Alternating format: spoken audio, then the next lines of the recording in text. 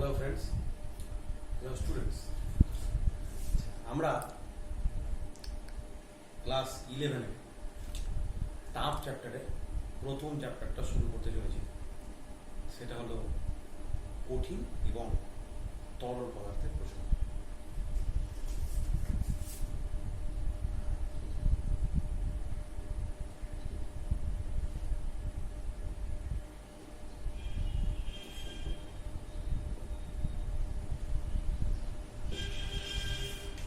Expansion of solids and liquids, তাপীয় প্রসারণ সম্বন্ধে কিছুটা আমরা ক্লাস 10-এ পড়ে গেছি, যার মধ্যে আমরা দেখেছিলাম কঠিন পদার্থের প্রসারণ তিন ধরনের হয়: দৈর্ঘ্য, ক্ষেত্রফল এবং আয়তন।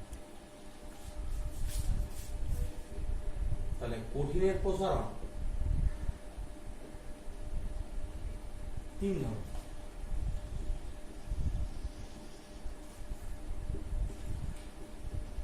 দৈর্ঘ্য প্রসারণ, এক্সপ্যানশন অফ লেন্থ, ক্ষেত্র প্রসারণ,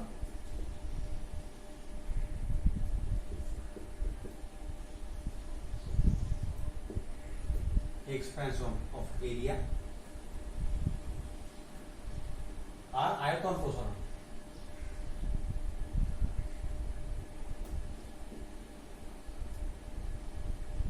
এক্সপ্যানশন অফ ভলিউম।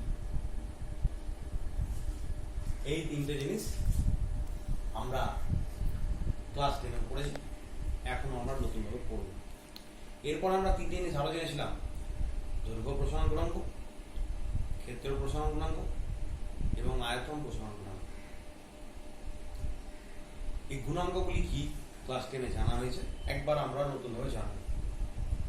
এবং এই গুণাঙ্কগুলির মধ্যে যে সম্বন্ধ, সেই সম্বন্ধটা কি সেটা আমরা জানব।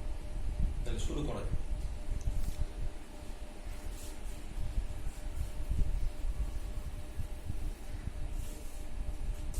প্রথম যেটা করব সেটা হলো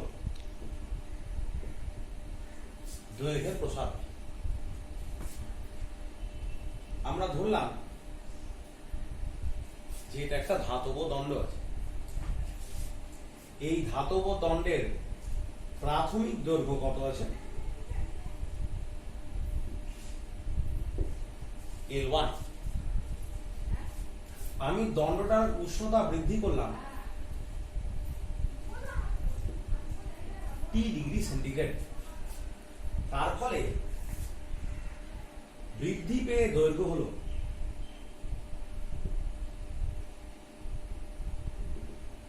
L2।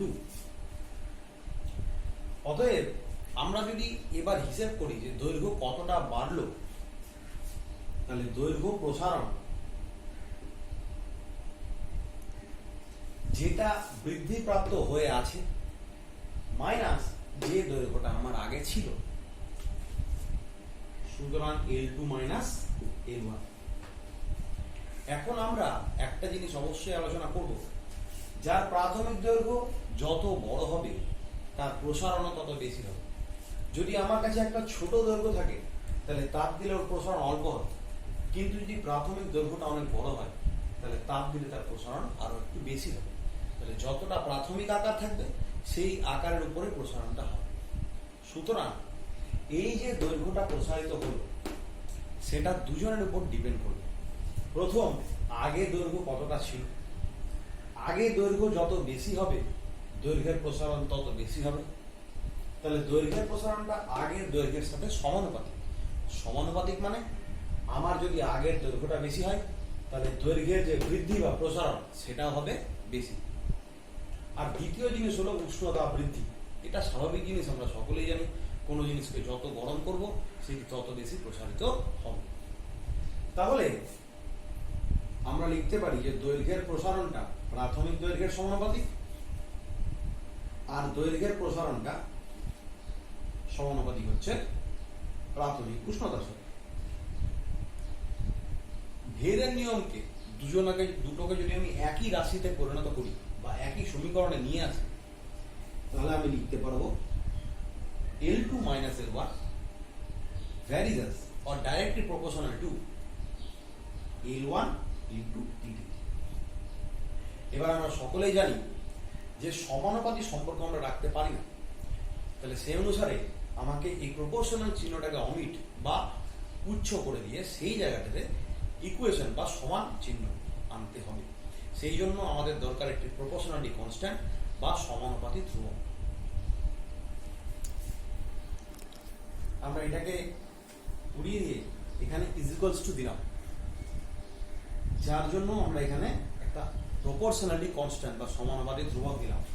এই সমানুপাতি ধ্রুবককে আমরা আলফা হিসেবে চিনি, আমরা ছোটবেলা থেকে পড়ছি। একে বলা হয় দৈর্ঘ্য প্রসারণ গুণাঙ্ক।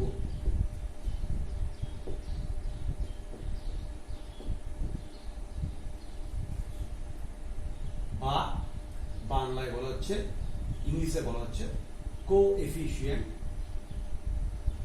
Of the expansion of length, অর্থাৎ দৈর্ঘ্য কতটা বৃদ্ধি হচ্ছে।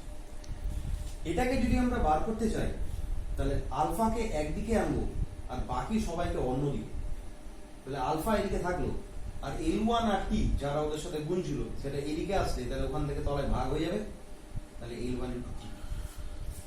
এবার সংজ্ঞা থেকে বা যে কোনো একটা ইকুয়েশন থেকে যদি সংজ্ঞায় উপনীত হতে চাই বা ইন্টারপ্রিট করতে চাই, সেক্ষেত্রে একটি খুব সরল নিয়ম, আমরা হরে যারা যারা আছে তাদেরকে এক ধরে নেব। তাহলে L1 কেও আমি ধরলাম এক আর T কেও আমি ধরলাম এক। এবার এটাকে যদি আমি ভাষাতে প্রকাশ করি তাহলে লিখব যে একক দৈর্ঘ্যের কোন পদার্থে উষ্ণতা একক বা 1 ডিগ্রি বৃদ্ধি করলে যে পরিমাণ দৈর্ঘ্য বৃদ্ধি ঘটে তাকেই বলা হয় তার দৈর্ঘ্য প্রসারণ গুণাঙ্ক। তাহলে একক দৈর্ঘ্য আমার ছিল, উষ্ণতা বৃদ্ধি করেছি সেটাও একক, তাহলে যে পরিমাণ দৈর্ঘ্য আমার বৃদ্ধি ঘটেছে তাকে আমি বলবো দৈর্ঘ্য প্রসারণ গুণাঙ্ক। দৈর্ঘ্য প্রসারণ গুণাঙ্কের যদি আমরা একক আর মাত্রা নিরূপণ করি তাহলে উপরে দৈর্ঘ্য থেকে দৈর্ঘ্য বাদ আছে, তাহলে যেটা পাবো সেটাও দৈর্ঘ্যই হবে। তাহলে সেই অনুসারে এটার একক আমি সিজিএস পদ্ধতিতে লিখলাম সেন্টিমিটার। নিচে দৈর্ঘ্য তার একক সেন্টিমিটার, আর উষ্ণতার সিজিএস পদ্ধতিতে একক হলো ডিগ্রি সেন্টিগ্রেড। তাহলে সেন্টিমিটার সেন্টিমিটার কেটে গেলে ডিগ্রি সেন্টিগ্রেড যেহেতু নিচে, এর উপরে গেলে আমাদের তার মাথায় একটি -1 বসাতে হবে, যাকে আমরা বলি ইনভার্স। ইনভার্স মানে আমি ওকে হর থেকে লবে উন্নীত বা অ্যাসেন্ডিং করে লিখছি। সেই অনুসারে আমরা লিখবো ডিগ্রি সেন্টিগ্রেড বা ডিগ্রি সেন্টিগ্রেড তার মানে ইনভার্স। এটা হলো সিজিএস পদ্ধতিতে। যদি এফটিএস পদ্ধতিতে আমরা ব্যবহার করি তাহলে সেটা হবে ডিগ্রি ফারেনহাইট ইনভার্স, এবং যদি আমরা এসআই পদ্ধতিতে যাই তাহলে সেটি হবে কেলভিন ইনভার্স। তাহলে এইটি হলো আমাদের একক। ক্লাস 10 অবধি আমরা উষ্ণতার মাত্রা কি সেটা সহজভাবে ব্যবহার করতাম। আমরা ক্লাস 11-এ জানবো উষ্ণতার মাত্রা হলো থিটা, এটাকে বলে ক্যাপিটাল থিটা।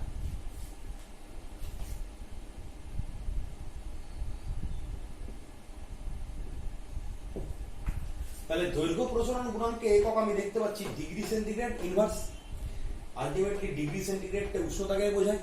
তাহলে যদি আমি মাত্রা লিখতে চাই শুধু এককের জায়গায় মাত্রাটাকে বসিয়ে দেবো, তাহলে দৈর্ঘ্য প্রসারণ গুণাঙ্কের মাত্রা হবে আলফা ইজিক্যাল টু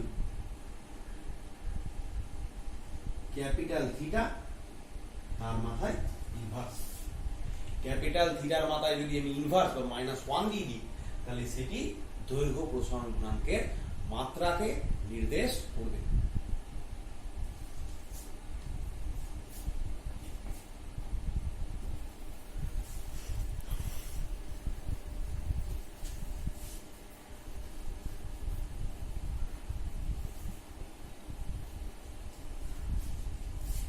দ্বিতীয় হলো ক্ষেত্র প্রসারণ।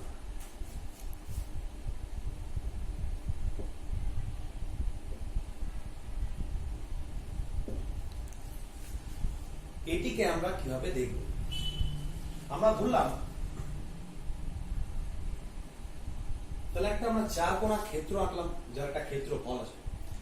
ক্ষেত্রফলকে সারফেস বা এরিয়া দিয়ে লেখা হয়। তাহলে আমি ধরলাম যে এর প্রাথমিক ক্ষেত্রফল ছিল A1, মানে যখন জিনিসটা তৈরি হয়ে রাখা হয়েছিল তার ক্ষেত্রফল ছিল A1। অবশ্যই এই জিনিসটাকে আমরা ধাতব জিনিসই ধরলাম। ধাতব জিনিস যে কোনো কিছুকে ধরার কারণ উষ্ণতায় সব থেকে বেশি ভালো রেসপন্স বা উষ্ণতার সাপেক্ষে পরিবর্তন আমরা ধাতব পদার্থে দেখতে পাই। অধাতব পদার্থের সেরকম পরিবর্তন আমরা দেখতে পাবো না। সুতরাং আমরা যে পরীক্ষাগুলো করতে যাব সেই পরীক্ষাগুলো সেক্ষেত্রে সফল হবে না। সেই জন্য এই সমস্ত পরীক্ষার জন্য ধাতব পদার্থ হলো আইডিয়াল। আমরা আগের মতোই নীতি ব্যবহার করব এক্ষেত্রেও এবং পরবর্তীতে আয়তনে।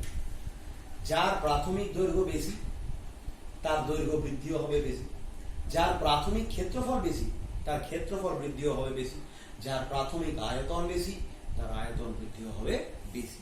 এই জিনিসটি আমাদের সর্বপ্রথম মাথাতে রাখতে হবে। তাহলে আমরা প্রাথমিক ক্ষেত্রফল পেয়েছি A1। এবার আমরা ওর উষ্ণতা বৃদ্ধি কত করলাম? T degree centigrade. ফলে ওর ক্ষেত্রফল বৃদ্ধি পাবে। বৃদ্ধিপ্রাপ্ত ক্ষেত্রফল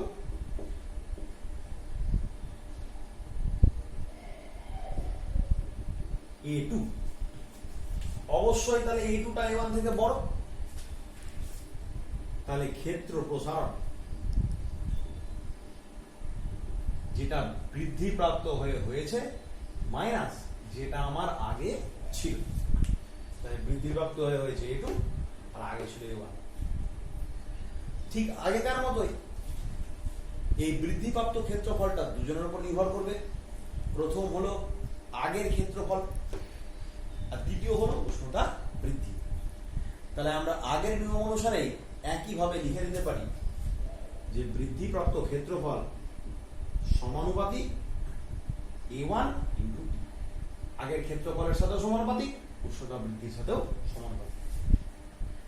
ঠিক আগের নীতি প্রয়োগ করে আমরা আবার সমানুপাতিক সম্পর্ক থেকে ইকুয়েশন বা সরল সম্পর্কে পৌঁছব। ঠিক আছে।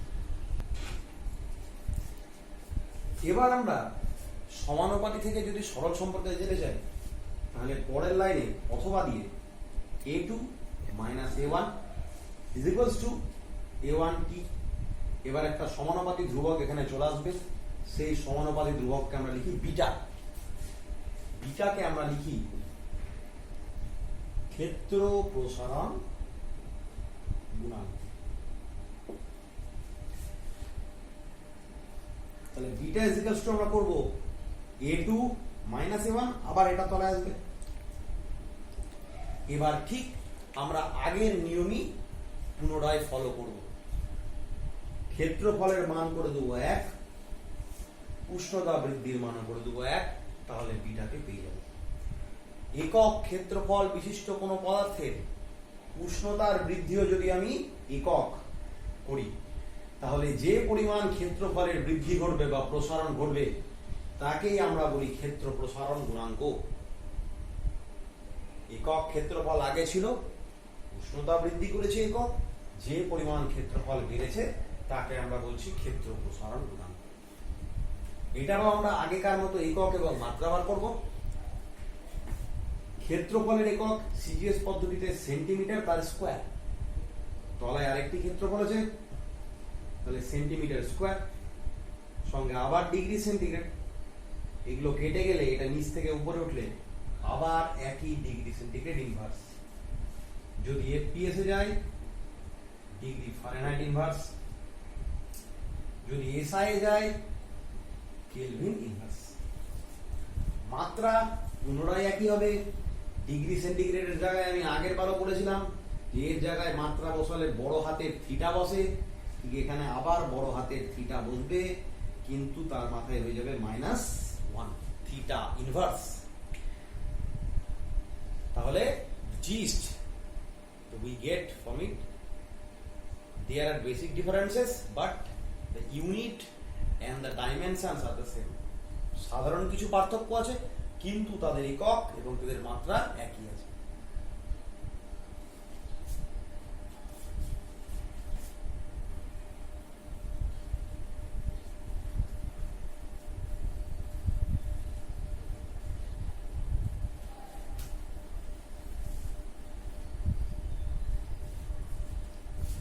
এরপরে আয়তন প্রসারণ, একইভাবে প্রাথমিক আয়তন V1, অন্তিম আয়তন V2, উষ্ণতা বৃদ্ধি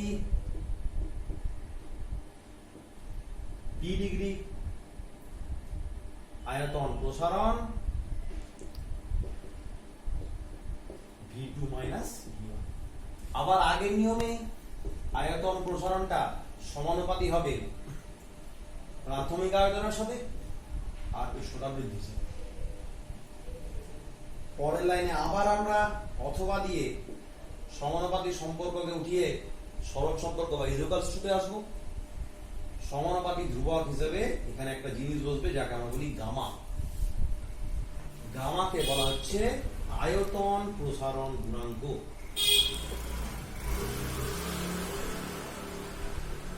বা কোএফিশিয়েন্ট অফ ভলিউম এক্সপ্যানশন, আয়তন প্রসারণ গুণাঙ্ক। ঠিক একইভাবে আমরা গামার একক আর মাত্রা বার করব। V2 মাইনাস V1 বাম পক্ষে ছিল, এই V1 টিটা তলায় এসে ভাগ হয়ে যাবে। আবার আমরা একে এক করব, অনুরূপ সংজ্ঞা হিসেবে করব একক আয়তন বিশিষ্ট কোনো পদার্থের উষ্ণতার বৃদ্ধি যদি আমি একক করি, তাহলে তার আয়তনে যে পরিমাণ বৃদ্ধি ঘটবে বা প্রসারণ ঘটবে তাকেই আমরা বলবো আয়তন প্রসারণ গুণাঙ্ক।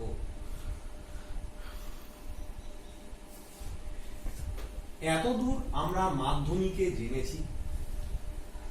এবার যে জিনিসটা আমরা জানব, এই দৈর্ঘ্য প্রসারণ, ক্ষেত্র প্রসারণ, আয়তন প্রসারণ গুণাঙ্ক অর্থাৎ আলফা, বিটা এবং গামা, এদের মধ্যে একটি সম্পর্ক আছে। সেই সম্পর্কটা হলো alpha equals to beta by 2 equals to gamma by 3। এই সম্পর্কটা আমরা প্রমাণ করব। প্রমাণ এবার শুরু করা যাক। আমরা একটা ঘনকাকৃতি পদার্থ নিলাম।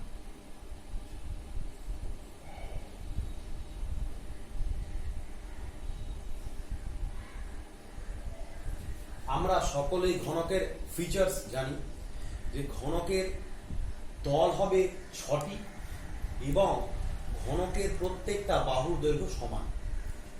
আমরা ধরলাম যে ঘনকটির প্রতিটা বাহুর দৈর্ঘ্য হলো L। তাহলে সেই অনুসারে ঘনকের প্রত্যেকটা তলের ক্ষেত্রফল হবে L স্কয়ার আর সম্পূর্ণ ঘনকের আয়তন হবে L কিউব। তাহলে L ইকুয়ালস টু দৈর্ঘ্য, L স্কয়ার ইকুয়াল টু ক্ষেত্রফল, L কিউব ইকুয়াল টু আয়তন। এখন আমরা দেখি কিভাবে এটা রিপিট করা যায়। প্রথমে দৈর্ঘ্য প্রসারণ গুণাঙ্ক। আমরা উষ্ণতা বৃদ্ধি করলাম T ডিগ্রি সেন্টিগ্রেড। তারপরে আমরা ধরলাম যে প্রাথমিক দৈর্ঘ্য ছিল L, বৃদ্ধি প্রাপ্ত দৈর্ঘ্য হলো LT। L তলায় লিখলাম T, কারণ T ডিগ্রি উষ্ণতা বৃদ্ধির জন্য দৈর্ঘ্যটা বেড়েছে, ওই জন্য LT। তাহলে আগের দৈর্ঘ্য L, পরের দৈর্ঘ্য LT। আচ্ছা, আমরা দেখে নেব। একটু আগে আমরা করে এসেছি যে L2 minus L1 divided by L1 into T equals to হয় আলফা। তাহলে L2 minus L1 equal to L1 into alpha into T। L2 equal to L1 plus L1 alpha T। তাহলে L1 যদি কমন যায় তাহলে থাকছে 1 plus alpha টি। তাহলে L2 equal to L1 into ব্র্যাকেটে হচ্ছে 1 প্লাস আলফা টি। তাহলে আমরা ফাইনাল যেটা ইকুয়েশন পাই L2 equal to L1 into 1 plus alpha T. সেরকমই S2 ইকুয়াল টু পাই S1 into 1 plus alpha T 1 plus beta T. আর V2 ইকুয়াল টু হয় V1 ইনটু 1 প্লাস গামা টি। এটা দৈর্ঘ্যের ক্ষেত্রে, এটা ক্ষেত্রফলের ক্ষেত্রে, এটা আয়তনের ক্ষেত্রে সবাই একই সমীকরণই বারবার মেনে চলবে, কারণ সকলের নীতি এক, আমি বারবার বলে আসছি। তাহলে আমরা এই ইকুয়েশন গুলো পেলাম। এবার এই ইকুয়েশন থেকে আমরা যেটা লিখেছি সেটার সাথে তুলনা করব।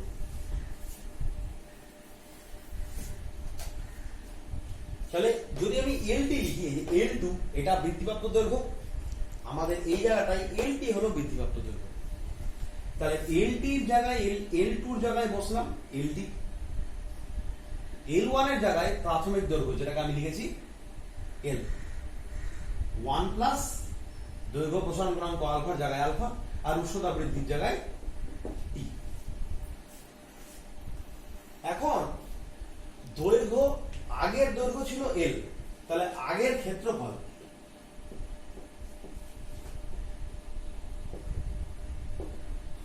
S ইকুয়াল টু আমি লিখতে পারি L স্কয়ার, কারণ যেহেতু ঘন তাহলে ক্ষেত্রফল মানে হচ্ছে দৈর্ঘ্যের স্কয়ার, ক্ষেত্রফল মানে হচ্ছে দৈর্ঘ্যের স্কয়ার। এবার আমরা পরের ক্ষেত্রফল বার করব। পরের দৈর্ঘ্য কত হচ্ছে? টি ডিগ্রি উষ্ণতা বৃদ্ধির জন্য LT। তাহলে পরের ক্ষেত্রফল আমি লিখব ST, ST মানে হবে LT তার স্কয়ার। এখন LT এর জায়গায় আমরা এটাকে লিখব, তাহলে L into 1 plus alpha T তার স্কয়ার। তাহলে L square 1 plus a plus b তার হোল স্কয়ার ফর্ম ব্যবহার করে 2 alpha T plus alpha square T square. এখন ST, L স্কয়ারের জায়গায় আমরা লিখতে পারি S, 1 প্লাস 2 আলফা টি। কথা হলো যে আমরা বারবার লিখছি আলফা, আলফার মানে হচ্ছে L2 minus L1 divide by L1 into T. আমরা একটা উদাহরণের জন্য বলি, ধরলাম যে আমরা কোনো দণ্ডের দৈর্ঘ্য ধরছি 100 সেমি, তাহলে L1 এর মান হচ্ছে 100 সেমি। আমি ওর উষ্ণতা বৃদ্ধি করলাম 100 ডিগ্রি সেন্টিগ্রেড, তাহলে খুব জোর আমরা যে দৈর্ঘ্যের বৃদ্ধি পেতে পারি সেই দৈর্ঘ্যের বৃদ্ধি L2 মাইনাস L1 হতে পারে 2 সেমি।